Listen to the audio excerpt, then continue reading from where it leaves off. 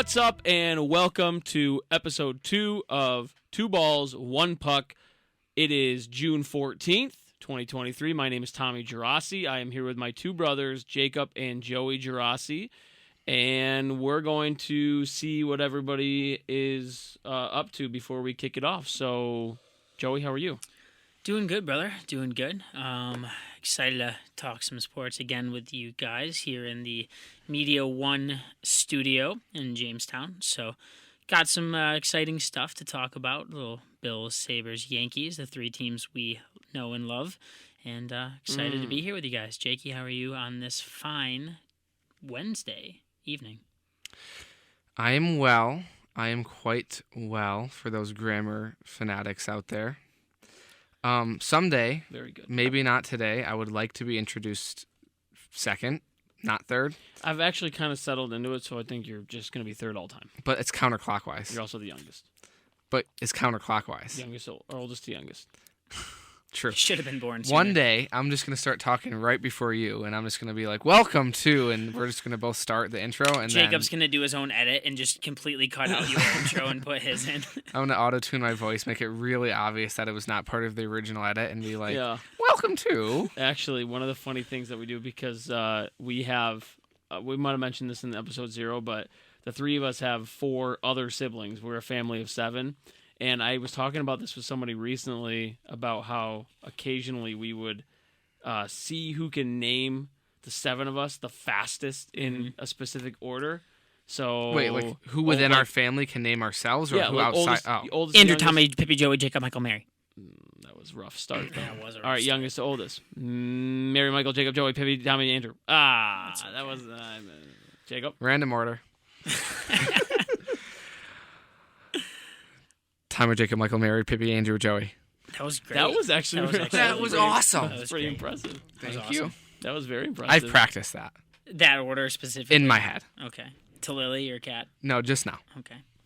Well, I'm excited to be here with you guys. So the big hockey news, especially last night, was the final hockey game in the NHL that we're going to see for quite some time, as the Golden Knights took down the Panthers and brought home Lord Stanley. So now we'll chat about a couple of former Sabres that are on either side of that last NHL game. And, just some other sports stuff going on. So, Yeah. I think we're going to start on the football side tonight, though, really quick, because there's not a ton of Bills talk going on. Last episode, we covered a little bit about Dalton Kincaid, and we talked a little bit about Ed Oliver. And the only thing going on right now, really, in Bills land, we'll start there. Let's start there. Officially, we're starting with Bills Mafia. Bills Mafia, go Bills. If you're a Bills fan and you're listening to this, give someone a high five. If you're alone, or clap. Go. Hey. Oh, you know what? Before we get into the Bills talk, do you guys want to know something? Okay. You know, Yeah, careful. Can't do that too long. We're going to get copyrighted. That was about 2 seconds. Copyright. If No, you it's not what it guys, is. next time you hear that song and that Got it. melody, is that the right word that is for the it? melody. Let's see. I'm trying to think of it so I can say it right. Think of it like that. That's called a... And that's not how I think, but you can hear it that way. It's kind of weird how that happens. Do Next time you hear the song, how in depth into musical theory and the relation between our ears and the vibrations of musical instruments do you want me to explain accurately why that is? you lost me at how in depth. Okay, moving on to the Buffalo Bills. Yeah, this is a sports show, Jacob. Even though we're both all musicians. Big music family. Yeah, honestly. Tommy's not a big notes guy. I'm a drum notes guy. Drum notes, not music notes. All right, so the only thing going on in Bills land right now that everyone needs to know about is that they had their second day of a 3-day mandatory mini camp, which is kind of like the last organized thing that the team does before training camp at the end of July. And the biggest news, honestly, that came out of this mini camp was Stefon Diggs, or as I like to call him last episode, and I might for the future, Stefon Siggs. For anybody who hears me say that from now on, that's where that came from. I'm just going to say it unapologetically from now on. So Stefon Diggs was That's gonna get real ugly. he was noticeably absent after during the first day of the mini camp, and it was a big deal. The media made a really big deal about it because he wasn't at the OTAs the weeks prior, which were voluntary. But now Diggs didn't show up to the first day of mandatory minicamp. Sean McDermott goes on the podium, and he's quoted as saying he was, quote, very concerned. If you take it out of context, it sounds really bad. I mean, he said the words very concerned after he had said already that, like, they were, like, it wasn't that big of a deal, so to speak. But anyway, there was all this speculation about Allen and Diggs and their relationship. Is it damaged and all this stuff? Well, you and remember what happened in playoffs, right? You know, and the body language wasn't great. Yeah. There were some moments, you know, the classic kind of looking at Allen with his arms in the air and screaming. So there was some stuff to be concerned about. But Jake, how, in your opinion, because people were like took sides on this with Diggs and how the season ended, as saying Diggs is just a competitor. And he just wants to win, and that's what Diggs said too. He's like, "Look, I'm sorry, I don't like smile after we lose in the divisional round and everything like that." Like, in your opinion, how justified? I don't know if justified is the right word, but like, were people overblowing it in your opinion? I mean, well, as we know from existing in the world of sports as players, coaches, fans, sports can just be one big reality TV show. As much as we don't want to call it that, there's a way to look at sports, professional sports in America, as kind of like reality TV. We get episodes all the time. We get characters. We have story arcs. We get trades that like you could relate to all these things in the show. So that being said, we as fans and as viewers want drama. We want things to happen. We want something to talk about. If this was in the middle of the season and this had happened after a random loss to a good team that you're annoyed that they lost, and you get over it in 3 days by the time the next practice or the next news comes out, whatever it is before the next game. Because we have this much time to talk about it, and because, like we said, nothing's going on in football world, we just make it sound... blow it up. Now, I'm not saying that there's nothing. None of us were there. True. I'm not saying that nothing did happen. But I'm definitely saying that we do not know, and assuming something bad just because we're bored is not fair to the players that have brought us success and joy as fans. Yeah. It's just not, I mean, until we hear something from one of the mouths of someone on board who's saying something's wrong, something's not quite the way that we want it to be, assuming the worst of people who have brought you really good things, I'm not on board with that. I mean, there are players in every sport that they have different personalities, different characteristics, and Diggs clearly is a competitor. He's passionate. He cares. He takes he wants to win. Losses hard, and he is very proud of the wins and the good times. So, you know, like Jacob said, I think it probably got blown up, but he could maybe be a little bit more outspoken or animated with his emotions than some guys might be able to keep him in. But I'm sure there was a lot of players on the Bills that felt exactly like Diggs did. They just didn't express it the way he did. Yeah, and at the end of the day, all this to say that Diggs today reported to minicamp, and so he was there, and it was funny how like Bill's social media made like a big deal out of it, like he's here, 14, like showtime, it's time to go. One of the pictures they posted too, like, he was just staring dead into the camera, just straight face. He was just like, "Get the hell out of my face!" Yep. He was just like, "I'm here, like what? This is what I'm here, like whatever." But and Josh Allen's press conference yesterday, I felt bad for the guy. He just got berated. Every single question was about Diggs. Diggs this, Diggs that. Why isn't he here? Is something wrong? Did you guys go to Chuck E. Cheese's and you stole all of his tickets? You know, something like that.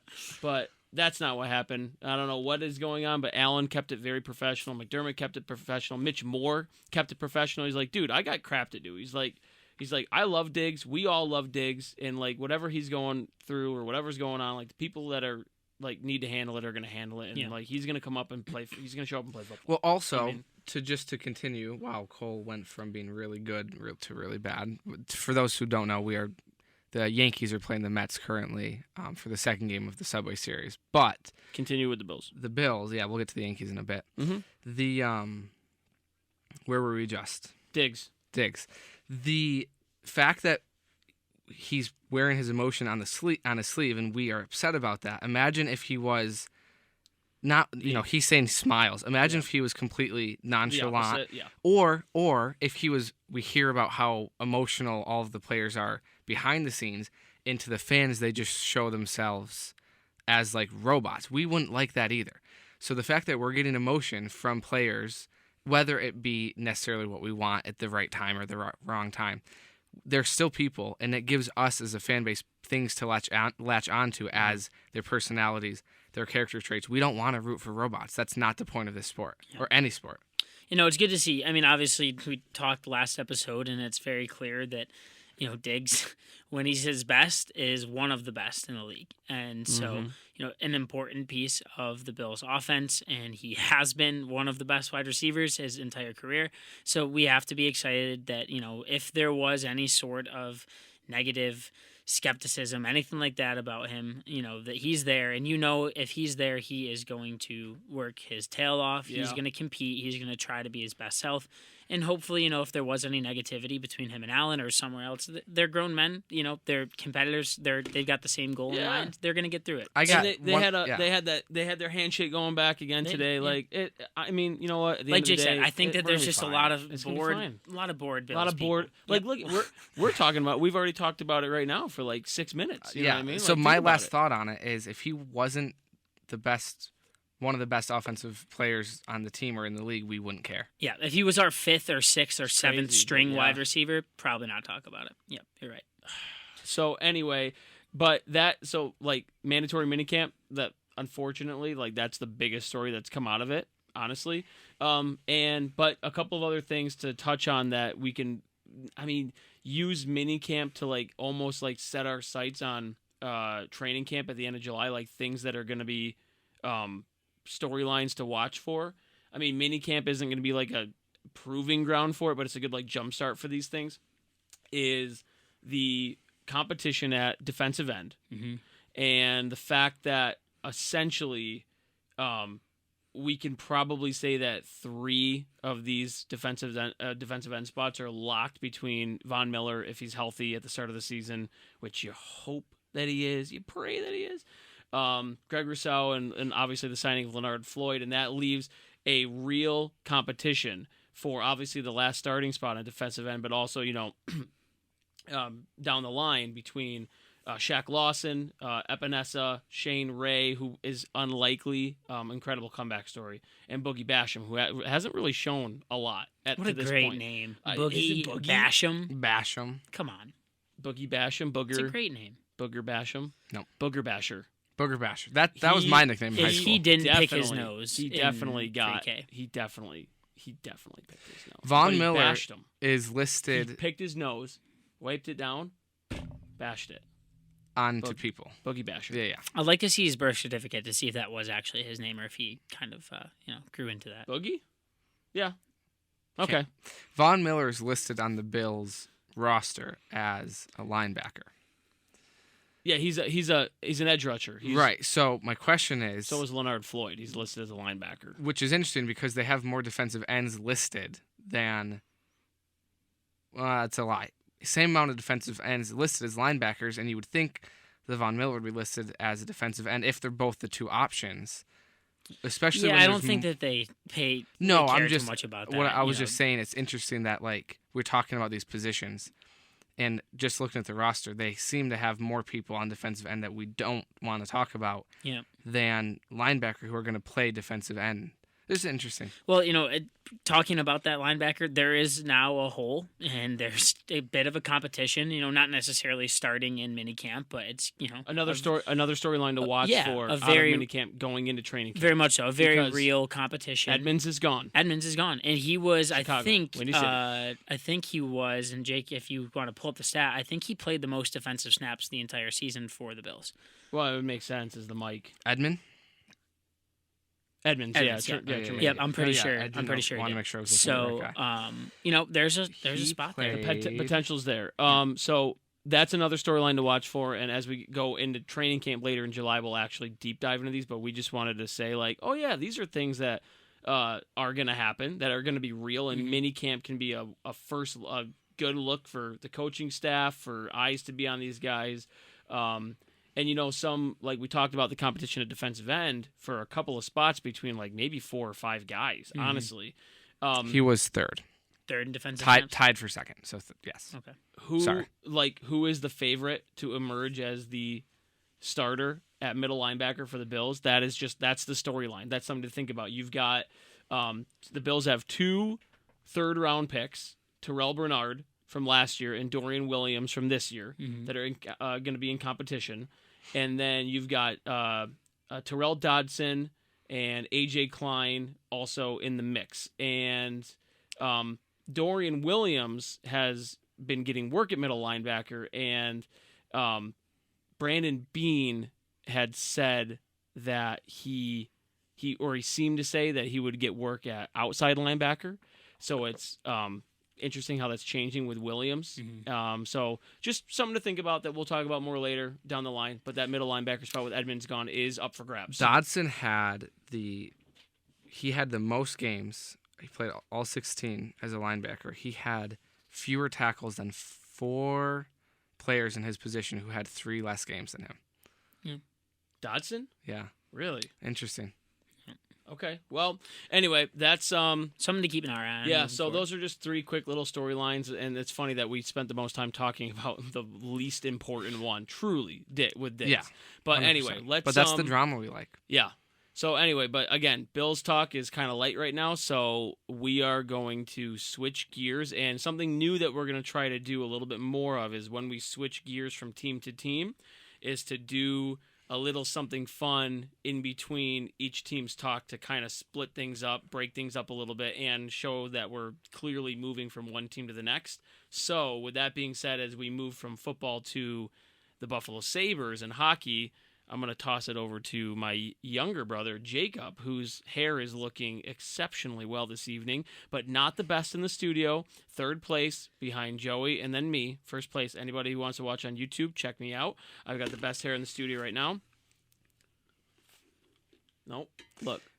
For those not on video, we just did a quick side profile just so you could get it. Jake, you want to do a side profile? I clearly have the best hair. I just want to let you guys know that the majority of people under the age of, this is an estimate, under the age of us, around our age and younger, will like my hair the most because our generation, Tommy's not Gen Z, but he's only like 3 months. He's very close.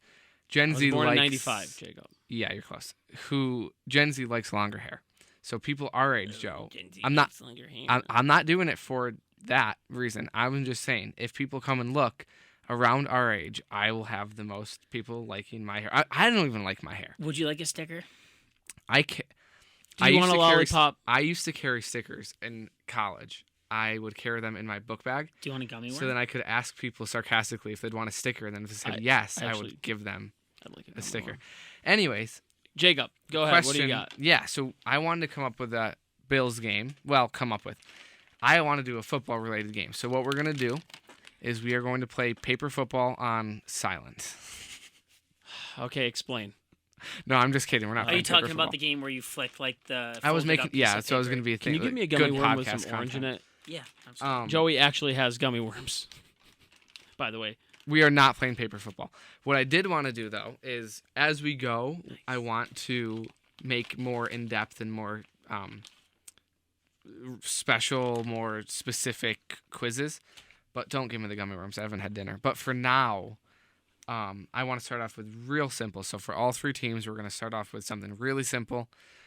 If you're listening or watching, play along. I started off easy because I want us to kind of build as we gain momentum in these quizzes to gain in difficulty as well. Okay. So we are going to go stat leaders, just all-time stat leaders for the 3 teams that we're talking about. Okay. So we're going to start with the Bills. Let's start with. I bumped the mic. Sorry. Let's start with passing yards. Number 1 passing yard, the passing yard leader in Bills history. Just answer as fast as we can. I don't care. Okay, Jim Kelly. Number 2. Josh Allen. Not Josh Allen. Not yet. He's not actually. He's got another third of his number to go there. Drew Bledsoe. No. He's 4. He No, he's 5. He didn't play that much. Fitzpatrick? He's 3. No, I lied. He's 4. I'm missing somebody. You're missing somebody before Do we have Kelly. to go far back before Kelly? No. Oh, Wait. Taylor? Yes. Yes. Before I was gonna say it has to be before Kelly. Yes. Oh well, that just leaves. Joe Ferguson. Yeah. Why couldn't I think of Ferguson? I don't know. Okay. Jack Fitzmagic Kemp. is third. I didn't watch much. Wait, where's Ferguson. Allen's 3rd. Oh, Allen's third. Then Jack Kemp, and then Jack Fitzpatrick. Kemp, Yeah. Fitzmagic, and then okay. Where's J.P. Lossman? Because I mentioned him last episode. He is 10th. Okay. My boy. All right, let's go to Monday rushing or receiving. I mean, rushing seems like, it seems like a slam dunk, but at the same time, probably maybe not. Okay, shoot. I mean, it's not OJ, is it? It's not OJ. Right. By So 900. Oh, by 1800. yeah, not it's OJ. it's Our Bills' history is not what it is for the Yankees and Sabres. Just as 3 young people, our Bills' history is not the way that our other 2 sports history is. Yeah, that's true. That's true. This one, you know. Even I know. Yeah, no, I wasn't I know. a huge Bills why- fan until a few years ago. I know. Why am I? See, I'm thinking of. I'm thinking on defense. His name is an Thinking of- alliteration. Yeah, I'm not. I'm so Tough. Bills fans that are listening to this It's tough. right now are really They're really mad. They're probably punching the steering wheel. All right, I'm going to jump to receiving Oh my- yards. his last name is close to mine. His last name is your first name. Yeah, Thurman Thompson. Why didn't I? Not Thompson. Thomas. Thomas, yeah. Why Receiving didn't I yards? Say that. Who's receiving yards? Any thoughts? Mike Evans. Or wait, No, wait, you think not Mike Mike Evans. Evans. Sorry. You're thinking of a different Evans. Yeah, You're I'm thinking of Lee I'm Evans. thinking of Lee Evans. And Mike Evans is on the Tampa Bay Buccaneers. No, he's 3rd. If you're listening, you know it. All right, how about it's Andre Reed, by the way. Is it really? By a lot. All right, last Bills one. Okay, that makes Let's sense. do something fun. Let's do Let's do sacks. Any idea? I would not have gotten Keo this. Spikes. No. No, he wouldn't have led in sacks. He's not even a. This Bruce Smith. Yeah, by a lot. Yeah. Very nice. Very nice. Bruce. Again, All right. Bills history. We didn't grow up as young Bills fans. It's been more last 7 years? Well, We've been watching the Bills our whole life. Sure. But in-depth stats Yes, has been more. in terms of like genuinely keeping track of everything. Yeah, that is probably real, picked up the last decade. Yeah, for sure. our Bills knowledge largely stems from there. Like my Sabres knowledge goes back. Oh, we'll see. That's really, going to be really amazing. well. Just because I've been more in depth with the sport of hockey and the Sabres for a lot longer. Yeah. But speaking of the Sabres and hockey, that's a perfect transition as we move to talk about the Sabres. And again, Joey mentioned at the top, the NHL offseason has officially begun for every team now that the Stanley Cup Finals are over. And we saw our previous captain, Jack Eichel, lift Lord Stanley, which was, I don't know, for me was a little bittersweet in a way. Like, I was kind of, like, I'm not the person that's just like, screw Jack. I don't feel that way when I watch him. I was kind of happy for him, but at the same time, I have I'm like, to think that a lot of Sabres Nation is split, because, and that's something that we could dive into, in depth is the whole Eichel situation, and all that. But at the very least, he played hard for the Sabres for several years. He was my favorite player. He never did. Me for too. a couple of years. So, Me too. like you said, bittersweet. I mean, not even bitter. It's just kind of that. The only part that it's bitter is just watching another former Sabre win the cup. That plus that's knowing that he was a good player that Very we much so. had to trade just because of the situation. But it wasn't working out. So we saw that. Golden Knights lift Lord Stanley, and so it's interesting to see just kind of how the composition of Stanley Cup winning teams is kind of it's similar, but not. It's kind of interesting. We look there's at the a last recipe. 4, 5, 6 years at Stanley Cup winning teams, and as we talk about the Sabres, hopefully moving into an era of competing not only for a playoff spot, but hopefully, pushing through the playoffs. It makes you wonder, what can the Sabres learn a little bit from what we just saw from the Golden Knights and how the Florida Panthers were constructed, and it got them to the Cup, but couldn't get them through the Knights. So it's a good topic for discussion. Yeah, what can the Sabres and the rest of the league? Jake, I thought you weren't having any gummy worms. This is 5. Liar. It's You're such a 13 seconds. liar. I'm You're gonna so have my faith in ridiculous. 13 You and seconds. candy. Have to move the bag. Yeah, We're a big candy. Big family. candy. Big, fan. not chocolate though. Sweet gum. Big candy. fan. That bag will be gone very soon. What can the Sabres learn from the Golden Knights? What can the league learn from the Golden Knights? I think that's a very intriguing topic. And Joey, you just said the last few years, there's clearly a recipe for success with teams. Luck always factors into it a little bit. It does. Right? It Fate certainly does. always factors into it a little The bit. hockey gods always have their hands in the play. Of course, Yep. sure. But at Male the or end, female? The hockey gods. Yeah, male or female. come on, Mixed. Jake. Okay. Don't do that. All right, so yeah, there's a council of hockey gods. We're very inclusive on Two Balls, I One thought you were Puck. gonna say we're on the council. No, we're not on the council of hockey gods. Very inclusive. Two balls, one puck. Anyway, one thing that we can take away from the Golden Knights is on the back end. Very much so. Defense. I think that's my eyes went to that, and that's where the Sabres are currently trying to be. I mean, in layman's ways to say, be better. Yep. They're trying to be better on defense. I mean, and we are getting there between Dahlin increasing his rate of success. Jacob touched on this, an awesome stat in the last episode about Dahlin's success in the defensive zone this last season, to Owen Power being still not legally being able to drink and being a stalwart defenseman coming up for the Sabres. Samuelson, who is going to, when we talked about steals of contracts last episode, he didn't get brought up, and he could be a huge steal down the line. But the Golden Knights deployed a big, tough, experienced, two-way, all the way around core of defensemen who, at the end of the day, solidified in front of an inexperienced goalie, largely in Aiden Hill, who had a magical run. He really did. But in front of him made it a hell of a lot easier. And the Golden Knights defense between Pietrangelo and even the guys that you wouldn't necessarily think about. White Cloud, Martinez. But you have your Pietrangelo and Shea Theodore at the top, and you have your McNabb, your Martinez, your White Cloud, right? Nicholas Hague. So defense wins championships is an old adage that you would hear back in like the 90s and stuff like that. But even in today's NHL, which is as high of scoring as we've seen the NHL in a long, long time, when you get to the postseason, does defense still win championships? Jacob, does defense still win championships in today's NHL? I mean, it's clear from not just the Golden Knights, but from the lack of success from the last 4-5 years of the Maple Leafs. Not to call someone out, but you can't argue that the Maple Leafs offensively have been a juggernaut.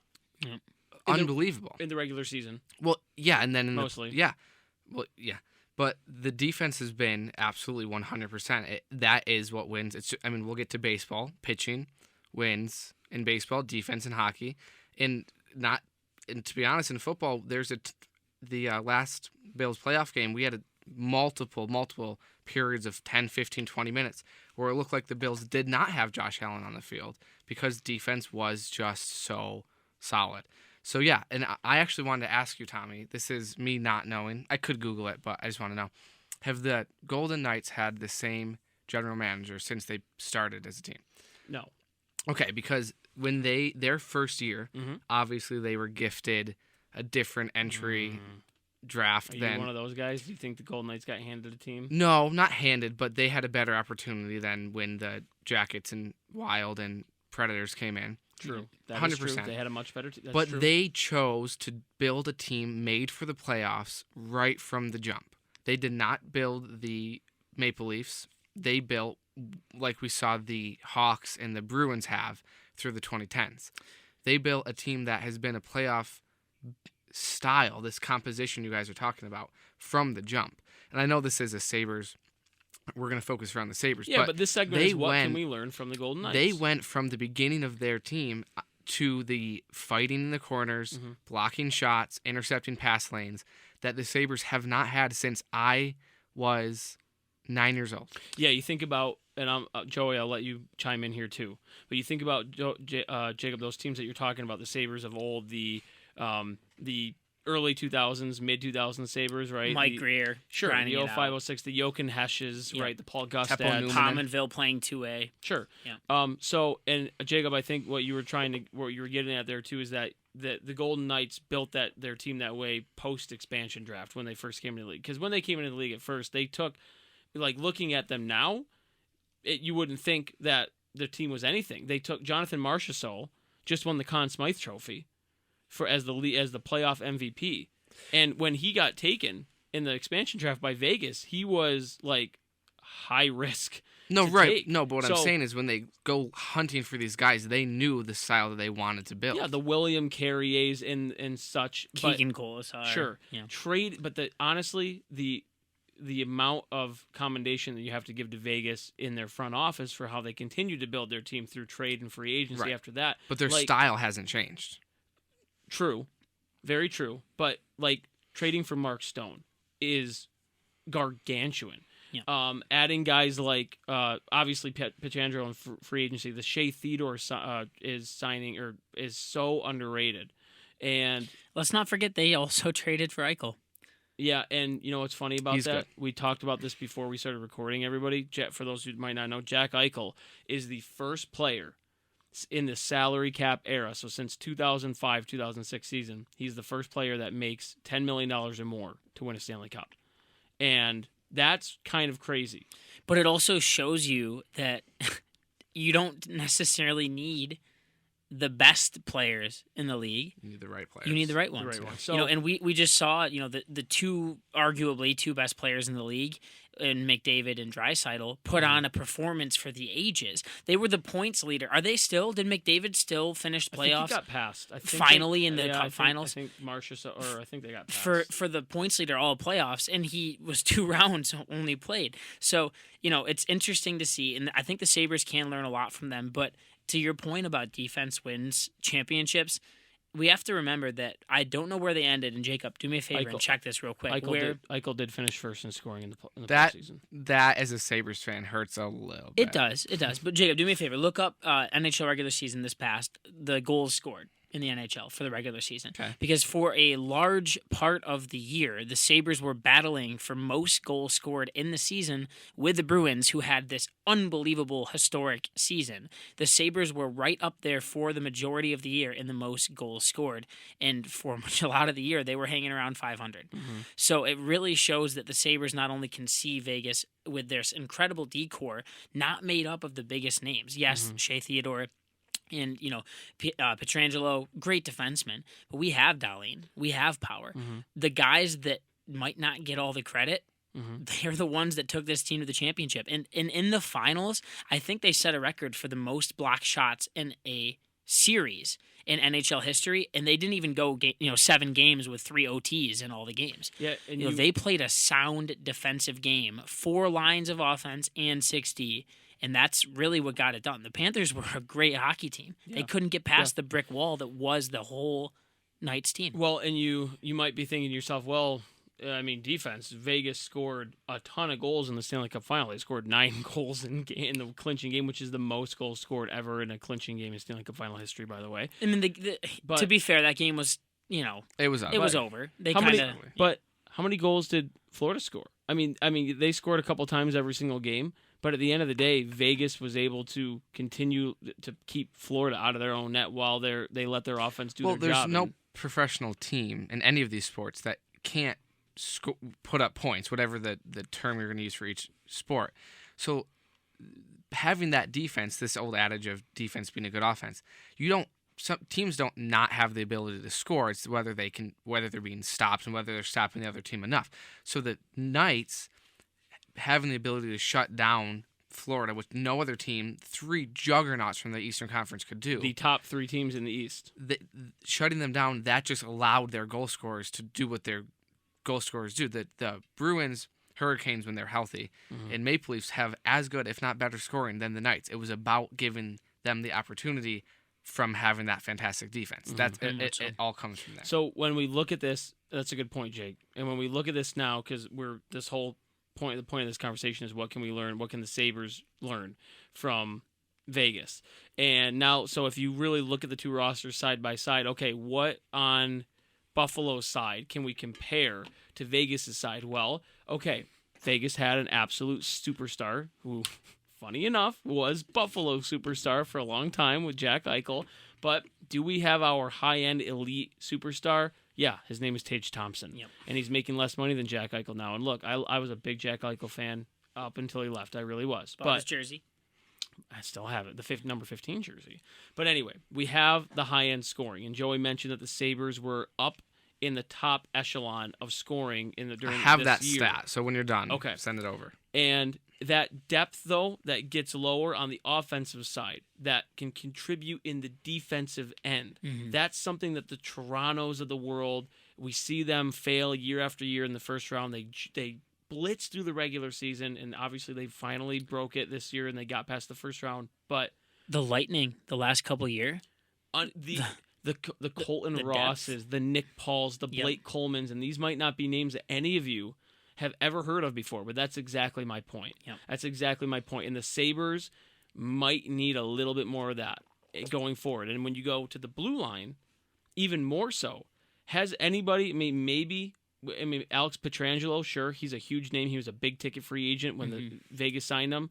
Shea Theodore, he's been really good, an all-star over the last couple of years.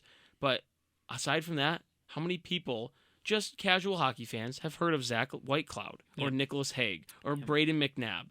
Or Not a lot of people. Or Martinez, who did the same thing he just did with Vegas, or with the Kings years ago. In 2014. Yeah.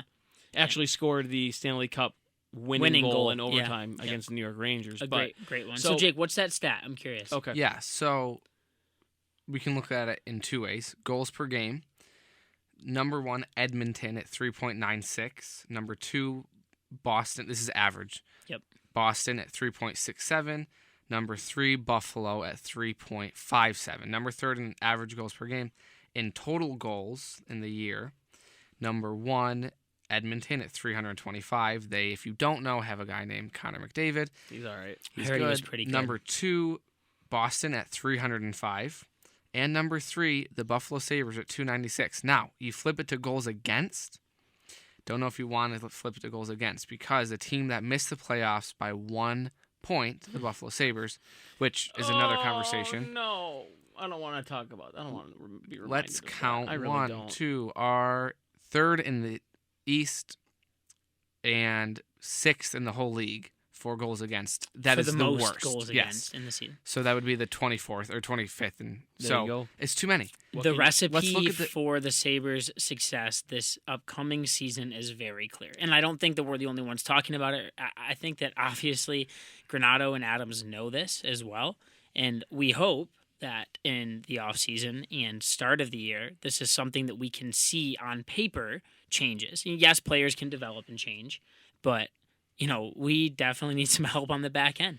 Yeah, now the back end is huge, and we're talking about that. And I think along those lines, like one of the conversations that always comes into play with the construction of these past Stanley Cup winners, we're talking about the Knights specifically, but the Avalanche last year, the Tampa Bay Lightning the 2 previous years, is that bottom 6 core. You have the goal scoring up top, but that bottom 6 forward core that consistently provides secondary scoring, provides the term sandpaper, which is grit and physicality, the ability to block shots, kill penalties, but also chip in offensively. And those are the guys, those names that I mentioned that Tampa Bay had years ago, the Nick Pauls, the Blake Colemans, the Colton Rosses, Yanni Gourds, sure. Those are the names that get underrated. And when I look at Buffalo's roster right now, right, you've got the high-end guys, and we'll compare to Vegas, right? In Vegas, you've got Eichel, Marchessault, William Karlsson, Riley Smith. I mean, Mark Stone is one of the best two-way forwards in the game. Mm-hmm. So, but those top 6 forwards, comparatively, right? Maybe to Eichel is our Tage Thompson, right? Our Jonathan Marchessault right now maybe is our Jeff Skinner, so to speak, right? Our Mark Stone is our Alex Tuck. So we go into the bottom 6, and you start looking at the Vegas's bottom 6, and I look at our bottom 6. It's just not comparative to size. Experience has something to do with it, but you look at, I mean, aside from the veteran leadership of Kyle Okposo and Zemus Girgensons, you've got Jack Quinn, who's still growing, literally, and he's still growing, and he's still growing as a player. He's younger than all of us. JJ Peterka, Sad. right? Vinny Hinostroza. The addition of Jordan Greenway was big, I think, going forward for the Sabres. That's the kind of player that the Sabres need more of in their bottom 6, in my opinion. Guys who, as you might hear analysis say, hold on to pucks more, where they're able to get the puck in the zone and keep it there in the O zone for a little bit, right? So, and I will say, Tom, I'm going to interrupt go ahead. you. No, go I ahead. think that was noticeable, and we weren't even in the playoffs, but in those games that had a playoff mentality, the physical, fast, hard-hitting games, the Sabres got pushed around a lot. They did. And that was that bottom 6 especially. But like you said, not only does the bottom 6 contribute defensively, it creates space and opportunity for the top 6 to go out there and score like they need to. But, what we saw a lot of times this year is that our top 6, our first and second line, was pairing up against the first and second lines of the teams we were playing against to try to stop them from scoring, because our bottom 6 couldn't do that. And then our goals were not coming in those games. So not only do we need some help, like we said on the back end, we think that there's some improvement that we can have there. We've got some great defensemen, though. We really do. And even Henry Jokiharju at one point was regarded as Chicago's future number 1 defenseman. He's solid, too. So there's some things that we can do to contribute to that goals against number that aren't necessarily defensemen. Yeah. So, our bottom 6 forwards, they're good. And there's a lot of promise. Peyton Krebs, Jack Quinn, JJ Peterka, these kids are incredible, but that's not necessarily the recipe that's going to take you to the playoffs and beyond. Are they the sandpaper guys? They're all projected to be top 6 forwards. Most of those guys. Yeah. I mean, our second line for most of the year was Dylan Cousins, JJ Peterka, and Jack Quinn. They were very productive, but is that a line that could go out there and match and stop a line of Marchessault and Eichel and Stone? So Sabres talk in this offseason, 3rd in the league for goals for. That's incredible. That's something they should be proud of. That's a playoff team. That's something that, almost was. It's incredible. So was. We clearly have the talent to produce goals, but we need to, from all 18 skaters, we need to make sure that we have better defense. Yeah, next so year. this is the stat that I would say, if I had to pick one, just from this brief search, there's obviously advanced analytics, but the playoff team so the Sabres let up 300 goals this year, okay? The team that got into the playoffs that let up the most goals, so of all the playoff teams, the one that had the worst goals against was 40 fewer than the Sabres. Not close. And who was that? That was the Oilers. And they were that's their game though. They were allowed. They were number 1 in goals scored. scored. They were allowed to do that. Right, by a lot. Their goal scoring offensively was so high end. They didn't have a lot of was 2-1 so games. They had a lot of 6-4 games both ways. Yeah. So, it's something, it's very clear. The 3 of us know it. I'm sure a lot of Sabres Nation knows that the recipe for the Sabres to continue to succeed and hopefully grow, it's going to start in the D zone. Yeah, it's going to start in the D zone from both sides from offense, from forwards and defensemen, and between the pipes. And between the net. Yep. Yes, which is arguably just as debatable right now, and we're not going to launch ourselves too far into that tonight. We thought about, it was on the docket maybe to talk about the goaltending stuff. I think it's best saved for our next step. Yep.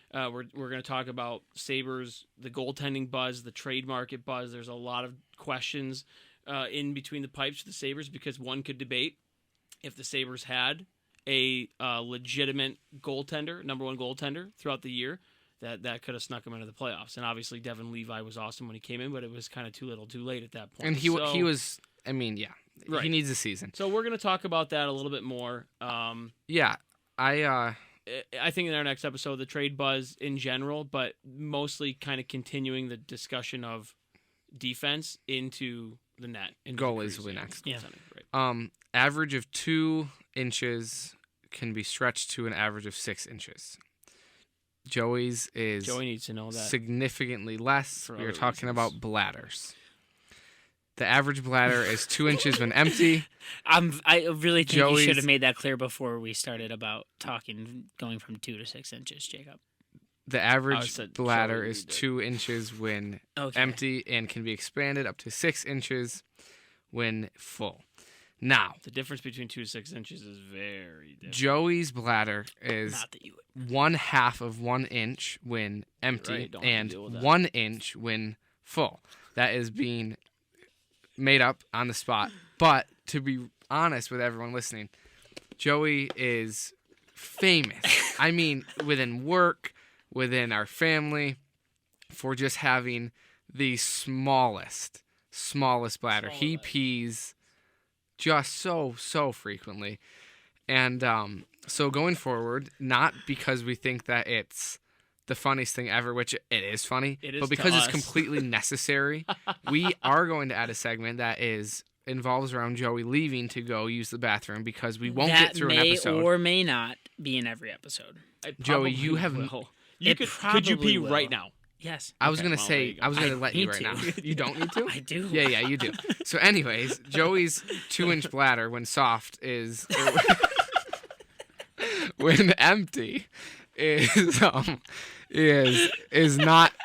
empty. Joey's 2-inch bladder. When soft. This is a family-friendly podcast. It's always It's PG. bladders are always soft, guys. It's an organ. Okay, but you can't say Joey's in that. Joey's 2-inch So the bladder segment when that empty. my brothers are suggesting is that it has not been titled yet. It has not been officially named, but they think that. Tommy, how big is your bladder when full? 6 inches is average. Joey, what is yours? I mean, if we're just based on, never mind. Never mind. So, anyways, the segment, it's not titled yet, it's not named yet, but essentially what's going to happen is, when applicable, there will be a quick segment where I will literally run to the restroom. I'm and gonna Tommy move for and the viewers Jacob, so they can see him run past me. Tommy and Jacob Yeah. will do something while I'm gone, and so the goal is for me to, in a hygienic fashion, use Be the able to go restroom, pee. wash my hands, and get back here. This was so long. before- Joey, just go. Oh, he's starting Pee. the timer. Anyways, we're going to mix our P segment with our Sabres quiz. Perfect. 3, 2, 1. So And the there he goes. Pee time with Joey for those who are watching Joey, on YouTube. Tommy, can I lock the door? No, it doesn't lock.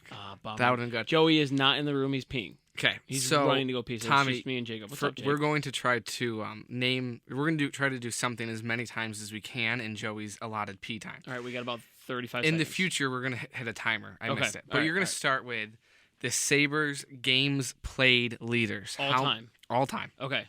Can I go? Go. I'll tell you if Not they're including goalies. Or yes, including goalies. not including goalies. Okay, games played leader all time. Jobert Perreault. 1, Rick Martin. 10. Rene Robert. I just did the French connection right No. out of the gate. Nope. Oh, okay, that's fine. Dave Anderchuk. 6. Alex Mogilny. No. Dominic Hasek. No, not including goalies, you said. This is so rapid fire. You Joey's stink. back. Time. Jason Pominville. Jason Palmville is 8. Joey, all-time Sabres games played leaders. All-time Sabres. Tommy's got Perreault. Derek Roy. Derek Roy. Derek Roy. No, not Derek Roy. Yeah, why would he be?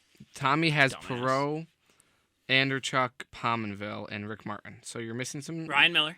Not goalies. Yeah, Don't we count. said no goalies. Okay, just gonna keep going. Yeah, Miro Shatan. Max Affiniganoff. No, he wouldn't be up there. No. You guessed Anderchuk? Yeah, Andrew Chuck. I'm thinking more points, not games played. I gotta start thinking. Okay, more let's games move to played. points. Any of the Pat- French? oh. Any of the French Connection? I got it. I named them all. Pat LaFontaine. No. Really? No. Ramsey. Okay, Craig should have had Ramsey. that. Okay. Should have had that. Or Mike Um, Ramsey. Mike Both. Mike Ramsey. Both. Oh, okay. They're 2 and 3. Okay. And then you got Zhitnik Yeah, he was. Yeah, he was and for a while. Rob Ray. Wow. Oh, Razor. Yeah. But that makes sense though. Wow. Okay. That makes Points. sense. Ray's 1. No, Ray is 4. Jitnik was 1. Perot was one. He got that Oh, first. okay. All right, we'll go points, and Points. then we'll move on. Okay. Sure. Yeah, okay. All Or right. do you want to do goals or assists or point? Where do you want to? Which one do you like? Don't or do you want to points. make it harder? Make it harder. Do plus minus. I got plus minus. All-time plus-minus leader, Sabres. Buffalo Sabres Yeah. history. But can you preface that with? Phil Housley. Phil Housley is my answer. Can you preface it with like if they played a lot as a Sabre? Because if there's one guy that came in at a plus 74 season and then left, you know what I mean? No, because Is this with Sabres games? yes, Sabres Okay. games. House is a great Phil guess. Housley's my answer. Not in the top 10. Um, The top 2. Are forwards or defensemen? The- Defensemen. For Yes. is Jury up They're there? always defensemen, dude. They're most defensemen here. Yeah. Plus minus. It can't be modern Sabres, right? No. It can't be. Dave Schoenfeld. No. Or okay. Ramsey up there again. Which one? Mike. No. So it's Craig. Maybe. Okay. Yeah. Just read number the one. three to us, Jake. Number Number one. one. Top three. Don Luce and Danny Gear. Danny Gare. Yeah. Plus minus. Yeah, but plus minus didn't count back in the 70s. All right. Last one. Just name the number one. Sure. Do it. Shutouts leader. Hashik. Ryan Miller. It's Hasek, then Miller. Hashik. Who's 3? Poopa. Marty Baron. Darn it. Who's 4? Darian Did Poopa. I get it right? You got it, yeah. So it's Marty Baron. It's Marty Braun. 4. Tom Barrasso. He's 5. Is it modern-ish? No. Because the Sabres haven't had a goalie No. since Miller. Not it at all. That's why I was surprised that I know the name, okay, but I'm surprised he was Hasek, above a couple Miller, of these guys. Hashik, Miller, Baron, Blank, Barrasso. Yeah. Grant Fuhr. No, he didn't play long enough for the Sabres. No. This is with 14 Steve Shields. shutouts. Steve Shields. No. 14? Don Edwards. Let me keep going. Sorry. That's okay. Who is it? Don Edwards? Don Edwards. Good guess. I Let's guessed go. Robin Leonard had 6 shutouts as a Sabre. Yeah, and 0 shootout saves. It's All right. amazing. 0, seriously. In 1 year, I don't know if all time in the Oh, Sabres okay. career, but no. In 20. Yeah. 20. It was It was either like a miss, like they missed the net, or they scored. He didn't have like a true save. Correct. No. He got scored on every time. single So you're time. telling me no one just came in Didn't and score. missed? It was 3 for 3 It was every like single time. That's It was like 2017 or Historic. 18. He No, it was his literally last year. What was his last year? Like 18, I thought it was 18. later than that. Mhm. Okay. 19, 18 or 19. Okay. Then No, because he went to Vegas. No. He went to the Islanders. Islanders first. and Vegas, Or okay. Blackhawks, maybe. Well, Anyway. that's a good way to wrap up the Sabres talk. Yeah. We will definitely talk some more about, we We'll talked kick it about back, what they but need, but let's see. As of right now, what just happened, we're going to switch our focus to the New York Yankees. So this is baseball talk now. And right now we're all high-fiving each other because IKF, was it IKF? almost Isaiah grounded into a double play, Keener turned Falefa. into an error, No. and yeah, Yankees error. scored a run. So Yankees talk right now, there's A lot. a of lot, discussion. and So we'll not try all to- of it's fantastic, but there's some good stuff, some bad stuff. But Tom, what do we got on the docket for the Yanks today? Okay, well, currently, right now, the Yankees are, like I just said, they're playing the Mets right now. They're winning 2-1. They're in the top of the 7th inning. Last night, the Yankees' offense finally broke out of their shell after a horrible, horrible, horrible couple of series at home against the White Sox and Red Sox, and they scored 7 runs. They actually had multiple hits. You guys are just still eating candy. If there's candy in this room, you cannot contain us. It's horrible. I haven't had dinner So or lunch. we don't really have the ability to recap the entirety of the Mets series right now Well, it's because it's still going on. because it's still going on. However, I think the biggest thing that I'd like to talk about with the Yankees, we started talking about it a little bit last episode when we were talking about Volpe. Sure. And that do you led think us. we should each just have one one Yankees topic? Maybe each of us bring like one thought, because I have one thing I want to talk about. You have one you want to talk about. Okay. Then Let's do that. we each bring one and we kind of discuss until we're out. And As then move to long the as next the one. Go first, bullpen Jake. gets covered. I got bullpen. Okay. Go for All it. right. I'll go last because bullpen closes games, or I'll go second. Okay. Bullpen closes. IKF also closes games. That's my It's relief not, pitcher. not technically. Okay. I'll kick it off. Sure, then. go ahead. All right. So my topic with the Yankees right now is our up until last night. Jacob is pouring gummy worms into his mouth. You want to keep talking? Our I thought you were gonna keep anemic going. offense and the horrible, horrible current roster construction of the New York Yankees offense. That is my topic. Now, it could be a whole hour and 15-minute podcast on its own, so I will keep it very, very brief. But essentially, right now, the Yankees are still missing Aaron Judge to the injury list, and Harrison Bader, who actually is due back on Friday for the start of the Boston Red Sox series. But right now, without Judge, the Yankees, as Jacob put it, and I quote, look like a shell of a playoff team. That's what you said, I think, in the first That's episode. a good line. That's why I quoted it. Thank you. It's a fantastic line, and it's very, very true. The Yankees, and the number one thing I have right now with the Yankees offense is the lack of a true leadoff hitter, veterans not producing currently, and that leads us into the overall roster construction that we're looking at. Which one do you want to start with? The leadoff hitter. Okay, go for it. The Yankees currently do not have a true leadoff hitter. There is a new leadoff hitter. There has been a new leadoff hitter in several games this year. We thought it was going to be DJ LeMahieu because, well, he's won 2 batting titles and he was the MVP MVP votes in 2020, and he won the batting title in 2020, and he was hurt in 2021, so we kind of brushed it off. Last year, he kind of got there a little bit better, but I mean, he had a few great months last year. He did. And Aaron Boone said before the season started that DJ's our guy up at the top of the lineup. DJ LeMahieu is not hitting. Do you want a quick all. LeMahieu stat? Yes, please. Do you want an analytic or a stat? Whatever you think's best. Okay, let's look at this. This is Because Jakey knows best. This is what I think is, in my opinion, the most important conversation about LeMahieu. It's not, obviously you can look at his numbers, and his numbers are not necessarily fun to talk about, but if you're looking a little bit deeper into what's going on, LeMahieu is, to quote Tommy quoting myself, a shell of himself when it comes to contact with the ball. It's really not his contact percentage. And then when he's hitting the ball hard. But his launch angle is that of a person who is noticeably does not have a batting average.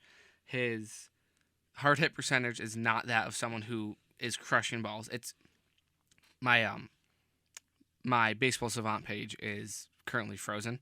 But I have one of his stats up, but I'm just trying to load more.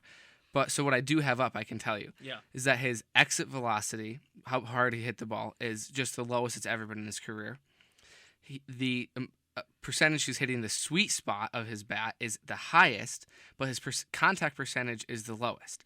So that's what I think LeMahieu's going wrong. So when he hits the ball, it's hitting the barrel of his bat the most that it ever has in his career. Okay. But he's hitting the ball the least. I'm going to interrupt and just say that IKF just stole home. Did he really? It was a passed ball. Little League home. No, it was a passed ball, but he was stealing home. Okay. So with LeMahieu, Yanks up 3-1. With last one. Oh, it finally loaded. No, go ahead. This is the one I wanted. His K rate, his strikeout percentage. This is the one I was looking for. 2020, 9%, shortened season, whatever. 2021, 2, and 2019, his years as Sabres, 13%, which Rockies? Sabres. His years as Yankees. Yankees, okay. 13%, which is in the top 5% of the league. This year, 26%. It is double his last. It's his average K rate. Shocking. Is twice as much as his ever time as a Yankee. So he's chasing. He's not. No, he's not. He's not chasing. No, he's not hitting balls in the zone. Yeah. Interesting. Okay. He's not when chasing. you think of DJ Strikes LeMahieu, thrown, he's not hitting. You think of DJ LeMahieu, you think of the guy that just puts the ball in play. He wears out the opposite side of the field. Absolutely. He puts the ball in play in all facets. He can pull one down the line. He can push one down the line. He can go opposite field homer. He can pull one left field. And he's just not himself. When the shift was still a thing, this is the first year that MLB has instituted a no shift rule. And you would see that DJ LeMahieu over the last several years was one of the last players in MLB that did not get a shift against him because he could put the ball anywhere in the field. The teams would line up straight up against him, like traditional, like we're seeing it a little bit more now, but traditionally because DJ LeMahieu was able to consistently use left field, right center, left center, hit for power, hit for contact, and that's what saw LeMahieu's batting averages creep well over 300 for a couple of years with the Yankees. And this is all a large tangent, not supposed to be targeted just at DJ LeMahieu, but the leadoff hitting spot in particular. And that's what I'm going to stay on, and probably the only thing I'm going to talk about, because I want to get to your guys' points before we wrap things up tonight. But that's my biggest issue. In years past, the Yankees have traditionally really, really leaned on. I mean, we saw it for a long time with Derek Jeter before he bounced around and went to the 2-hole a lot. But when the Yankees brought on Johnny Damon, and we had Damon for several years, but the Yankees have not had this year a consistent leadoff hitter. It's been LeMahieu, it's been Torres, it's been Jake Bauers, it's been Willie Calhoun, it's been all over the place. Well, I mean, and obviously injuries play a part of this. It's been Volpe. 100% injuries do play a part. Yeah. The lineup's being shuffled. Consistency in the batting order is very random. But look at the last couple World Series winning teams and their leadoff hitter. Mm-hmm. Consistent. Incredible, consistent through the regular season and into playoffs. Yeah, but here's my thing, Joey. Even when Judge and Bader come back, unless Bader's hair is on fire, and it was when he was healthy, it's not his calling card. Correct. Thank you, Jacob. Bader's not a leadoff hitter. No. He's not. I mean, he's fast, yes, but no, he was on fire. But even when those guys come back, unless Bader's on fire, one of them's on fire, the lineup still doesn't change in the leadoff spot. I know. The Yankees want it to be Volpe someday, but he's just it very well could not be there. For the next 6 years. It could be, but right now that's not the answer. Right. As our last episode, looking at the numbers and how they are respectively as leadoff hitters, you know who's the best batting average as a leadoff versus other spots in the order in the Yankees? Gleyber Torres. Gleyber Torres. Yeah. So, but and that puts into play with Tommy said the whole roster and the lineup in general is, as he is tonight, Gleyber's out of the lineup because if you want to try to get DJ going, that means he needs at bats and he needs to work through it. He's not playing third base. Playing third when Donaldson's there. So that means Gleyber's out, and while Stanton is the permanent DH, that's no.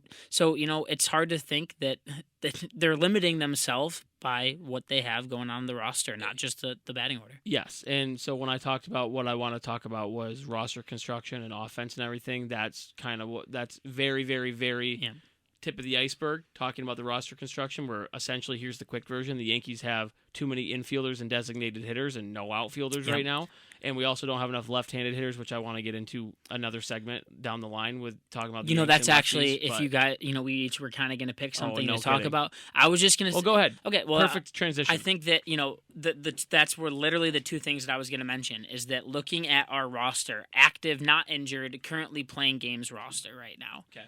Infielder. Infield. And traditionally, there's only one true outfielder in the Yankees lineup right now. It's Billy McKinney. Crazy. It's crazy. And he's hitting. He is hitting. And, Willie Calhoun is, Jake Bauers. Yes, they can play outfield, but we see that, IKF has been a pretty much permanent outfielder who has never played in the MLB before this year. It's crazy to me, and yes, injuries have a part of this. Bader and Judge are our center fielder and right fielder. They are. Starting opening day, playoff, they are the center fielder and the right fielder. Mm-hmm. But the Yankees still don't have a left fielder. Nope. I had 2 points. Lack of left fielders and lack of left-handed hitters. And it seems crazy that Yankee Stadium is one of the hardest stadiums to play left field in. We saw Brett Gardner, one of the best defensive outfielders in his era, play a phenomenal left field, and how important that was in the Yankees' success in that era. And we're throwing guys out there now at random, it seems like. Mm-hmm. And by no means is this a shot to Boone. He has a very difficult deck of playing cards right now to put a lineup together, 5, 6, 7 days a week. Roster construction. It is tough right now. And the second thing that I was going to mention is, we've played a couple of teams recently where it seemed like 7 out of their 9 hitters were lefties. And they roll it out in Yankee Stadium, and when they doink that 325 short porch, and we go, hey, we should do that more often, how don't the Yankees, which, no, they're going to play half their season in this extremely left-handed hitter-friendly stadium, how don't we try to build our team and shape our team a little bit more around left-handed hitters? Well, that's a great question. Well, I mean, historically, Jacob. That's what I was just going to say. Historically. So let's look at this for a second. Let's think of some of the all-time great Yankees. Well, there's Babe Ruth, for example, lefty. Oh, there's Lou Gehrig, Mm. lefty. Mm-hmm. There's more recently. Let's go a little bit more recently. Tito Martinez, lefty. Jason Giambi, lefty. Mark Teixeira, switch hitter. But Bernie Williams, lefty. yeah. The Yankees have always Hideki Matsui, Johnny Damon, lefty. Look at the last time the Yankees won the World Series. It was Damon, Cano, Posada was a switch hitter, Teixeira. They had Young Guardy, yeah. a healthy balance of lefties always in their lineup. And Joey, that's a great point, and it infuriates me that right now we do have lefties in the lineup, but it's no offense. They're no lefties shots. that wouldn't be in the lineup if we Right. had a fully healthy. But Thank that's you, the issue. Jacob. That's the issue. Yeah. Is that when you're healthy, you have one lefty, Mm-hmm. Anthony Rizzo. Maybe I don't know who your best left fielder is right now. It might be a lefty. It might be Billy McKinney It for could the be like today. Yeah. It could be A Isaiah switch Kiner hitting, Falefa. struggling Oswaldo Cabrera. It's tough to say. Yeah. No, but that's the. I mean, if we're being totally honest, your best lineup has Judge in left field, Stanton in right field, and then LeMahieu or Torres DH. With Donaldson. Judge in left field. Have That's we your- seen that since training camp? He played a couple in left field. Would you sacrifice Donaldson's defense at third in order to have Stanton in the like? So, for example, if Stanton plays right, and that means that one of Judge or Bader has to play at Yankee Stadium. Judge or Bader has to play left, Right. which means that They've shown that Judge did do it, Donaldson is playing third, LeMahieu's DHing or second, and then or Torres. Torres, yeah. But you'd like to think that Donaldson's playing third because of his defense, right, and then either DJ. Torres or LeMahieu's Sure. DHing, yeah. So So that's my point. In watching it, Anyway. and No, you yeah, know, the question- they run into him sometimes, but wasn't the shortest home run in the new Yankee Stadium history just hit against the Yankees? The other Yeah, night? it was against. Truly I don't know if it was in history. White Sox? It was the Red Sox. It was the Red Sox. It was a legitimate porch job, like a It couldn't- I thought it was the White Sox catcher who did it. His You know first what? home It run might of have the been. multi-home It might have run been. game. It Yeah, was, because yes. Calhoun went over, and Calhoun 5'6", short, thick kid. 280 A pounds. step stool couldn't have gotten over the wall. That's fine. But the point is, It's true. he is so small. Aaron Judge, that ball hits him in the face. A normal outfielder catches that ball. That's how short it was. Yeah. Willie Calhoun is not a normal outfielder. He's teeny tiny. So I think I don't think that this begs any discussion currently, because we could dive into this, both things that I said, left-handed hitters and our absence of a true left fielder right now. But it's just it's food for thought that I think has been here since the beginning of the year, and even through the off season when we let Andrew Benintendi walk and not really secure a true left fielder. We started on opening day kind of curious what was going to happen, and we still have no idea. If the Yankees have a fully healthy lineup right now, like you said, Jacob, we still don't really have Left fielder. our true left fielder that we want to roll out there 5-6 days a week. So, maybe as we move towards the trade deadline and the Yankees finalized or relatively finalized roster gets wrapped up for postseason ball, maybe we'll have a clearer picture. But right now, based on the guys that are on the roster, we have no idea what it's going to look like, even fully healthy. Yeah. Or And we it's do scary. know when we don't want to. We don't want to admit that we know. Yes, it is scary though. But so, the lack of lefties, Joey, is a great point. It's So crazy. between the leadoff hitter, the lack of lefties, and a left fielder right now, offensive construction is a very big concern that we can talk even more about. But Jacob, why don't you kick us out with your Yankees point? And I think you're going to be talking about the bullpen a little bit. So I do want to talk bullpen, which is a bright spot comparatively to the offense that's been miserable. Absolutely it's a very bright amazing. spot. Very bright Amazing. spot. The bullpen. Yankees have the best bullpen in. It depends on what kind of stat. If you want to talk about ERA, earned runs, they have the best numbers by far, by over half an earned run over other bullpens. This is everyone coming out of the Yankees bullpen specifically. And then I do want to talk about Clay Holmes as an individual, but for the whole bullpen. And also other more advanced pitching stats like FIP, like BABIP, like everything, all these things that we can dive into a little bit. I think maybe in a future time we talk about analytics. But these stats that say whip percentage, runners allowed on base per inning, all of these stats that pitchers are looking at, the Yankees bullpen is just the best. It's not good. It's the best. And the Yankees starting pitching has been questioned because we've had injury concerns, we've had effectiveness concerns, but the bullpen has been incredible, just so good. And before I talk a little about Holmes, to throw to either or both of you, when the Yankees are late and close in games like they are right now, how do you guys feel nerves-wise? Do you think it's going to be a lockdown game? Do you think it's going to be, are you nervous compared to like recent years? I think that I'd say that the last 3 seasons prior to this one, I have watched almost every Yankees game from pretty much start to finish when I can. And this year, I think that we've had better people in the bullpen before.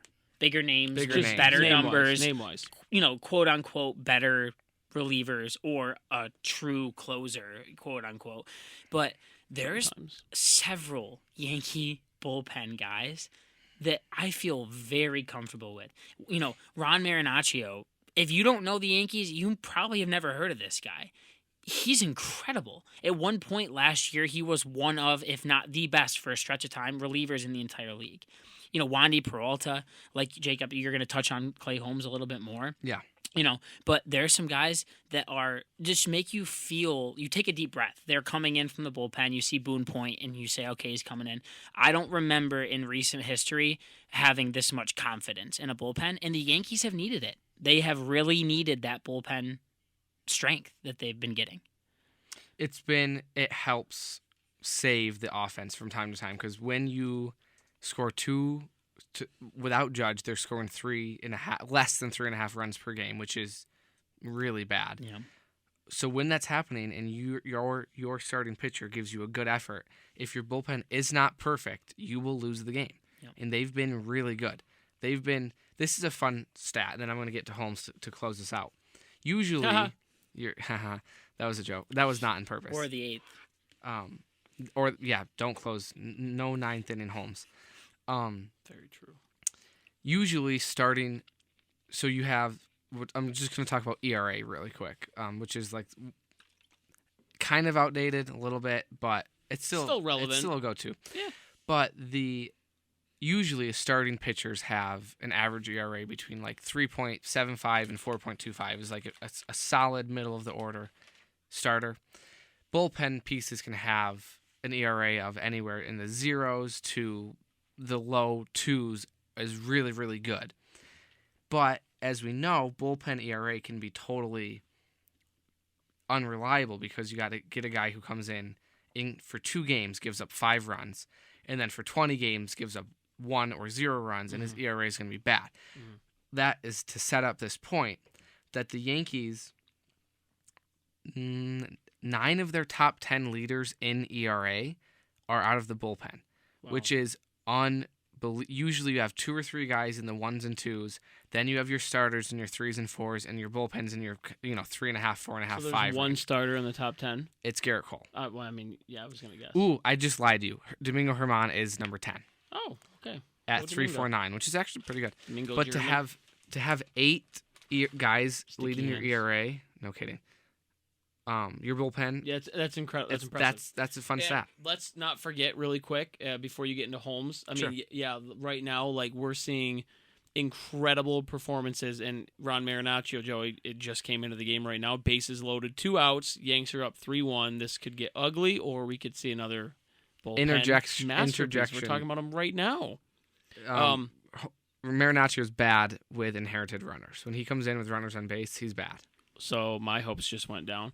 But let's not forget about Michael King. I was just going to say, he was before his injury the best reliever. He's pretty darn good this year, too. No, I meant before he went out. Yeah. And what I want to bring up, too, is the fact that, we have Holmes performing at an elite level like he was when he was an all-star last year, right?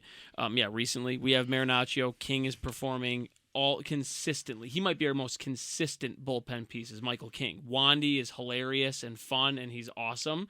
And Weber was Web dog before he went on injury. And Jimmy Cordero has been a huge, and Ian Hamilton, who's on the injured list right now, right? But you know who's, and Marinaccio just hit. No. Nemo. Oh, off the bat, foul ball. No, I think. Sorry, everybody. So, but just to wrap this up, how about some names that are still on the injured list that the Yankees have out of the bullpen?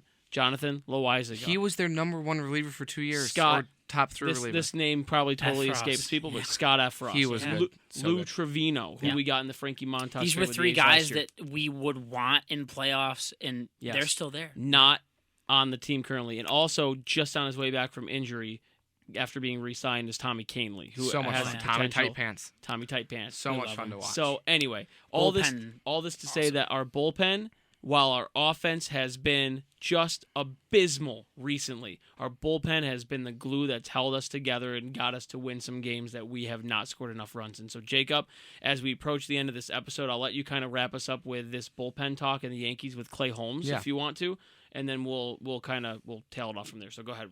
Yeah, just looking at some advanced stats from Holmes. So looking at the expected ERA and expected how well batters are going to do against him based on his pitches.